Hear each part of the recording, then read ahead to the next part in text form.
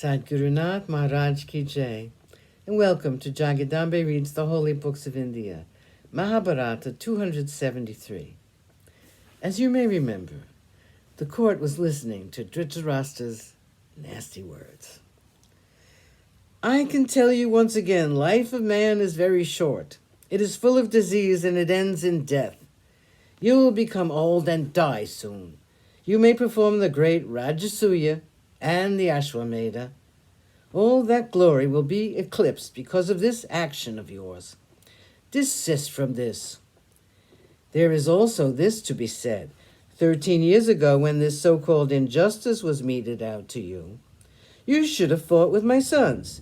You had Krishna, Balarama, Drupada, Satyaki, and so many others to help you. You did not fight. In fact, you would not fight even when they tried to make you fight. Now, after 13 years, you're working yourself into a fury? Having been patient for so long, I am sure it will not be difficult for you to continue that patience to death. You lulled us into a false sense of security and made us think that you did not mind the treatment you got. After all these years, why do you try to renew old wounds? A wise man will try to prevent others from fighting, but you seem to have taken leave of your senses. They say that wise people do not give way to wrath, since wrath is the greatest poison which can cripple the mind. It has been said that the really wise person will control their wrath, swallow it as one would a medicine, and obtain peace. You may be able to kill Bhishma, Drona, Krupa, Shalya, the brothers of Duryodhana and Duryodhana, with his friend Radeya. What pleasure are you going to get by their death? Tell me that.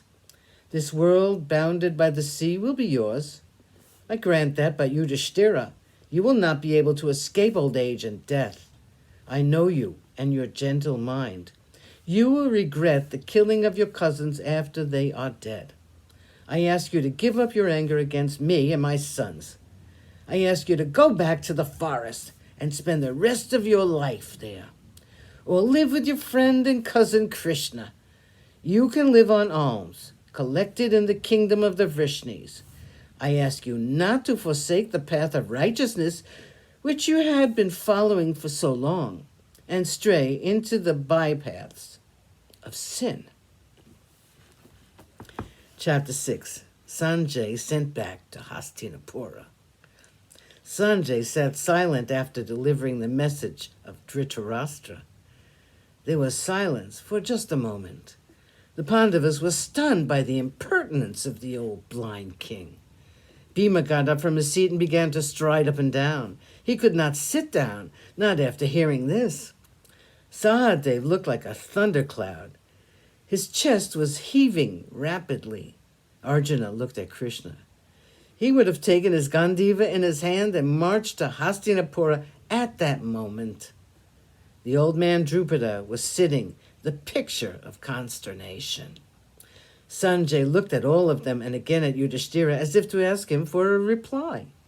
Yudhishthira was too distressed to speak. After all these years of devotion to his uncle, after all these years of suffering because he wanted to be righteous, after so many temptations which he had resisted because he wanted to do the right thing, he now heard these many accusations of Dhritarashtra piled up in front of him like snowflakes, piling up to form an avalanche.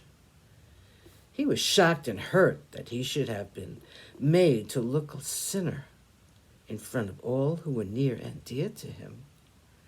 With wet eyes, he looked at Sanjay and said, I suppose the king did think that all these accusations are true.